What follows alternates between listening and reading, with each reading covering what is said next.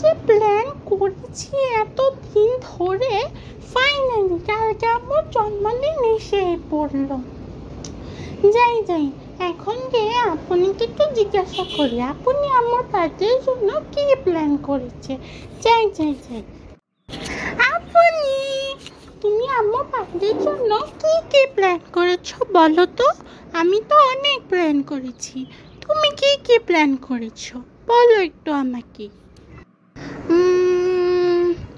তুই যা প্ল্যান করেছিস সেটাই আমার প্ল্যান, তোর প্ল্যানই তো আমার প্ল্যান, আমি কোনো প্ল্যান করিনি। সে কি, আমি তো ভেবেছি তুমিও কোনো না কোনো প্ল্যান করেছো। ভেবেছিলাম দুজনের প্ল্যান মিক্স ম্যাচ করে একটা সুন্দর একটা বার্থডে সেলিব্রেশন করব। এটা কি হলো? তুই যেটা করেছিস সেটা করলেই ভালো হবে, সেটাই বেস্ট হবে। এবার বল তুই কি প্ল্যান করেছিস? আচ্ছা ঠিক আছে, শোনো তাহলে, আমরা আম্মুকে কেউ উইশও করবো না, কালকে কিছু আম্মুর জন্য করবো না, মানে করবো কিন্তু আম্মুকে দেখাবো না। তারপর আম্মুকে 12টা বাজে সারপ্রাইজ দিব, বুঝেছো? আচ্ছা আচ্ছা ঠিক আছে তাহলে। সোহানা মা, বল তো আজকে কি?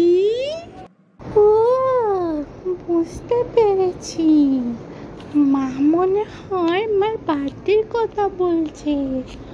কিন্তু না না, আমাকে তো বললে চলবে না যে আজকে আমার বার্থডে। আমি ভান করবো, আমি জানি না। না মা, আমার তো মনে পড়ছে না আজকে কি, তুমি বলো আজকে কি।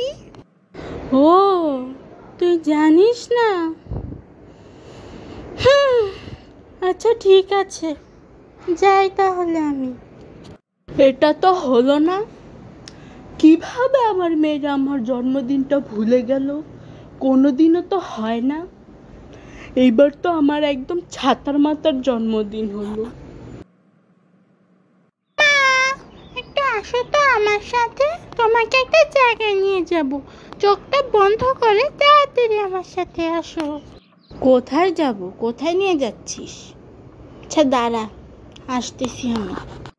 হ্যাপি বার্থডে মা, many many happy Returns of the day. ধন্যবাদ, আমি তো ভেবেছিলাম তোরা ভুলেই গেছিস, আর আমি ভেবেছিলাম আমার বার্থডেটা এবার ছাতার মাতার হলো। আরে মা, কি যে বলো, তোমার বার্থডেকে আমরা কোনোদিন ভুলতে পারি? তোমার বার্থডে মানে তো আমাদের খুশির বিস্ফোরণ। আলহামদুলিল্লাহ, কেকটা কি সুন্দর হয়েছে। তোমরা সবাই কিন্তু আমার আম্মুর জন্য দোয়া করো যেন তিনি আরো দীর্ঘজীবী হয়।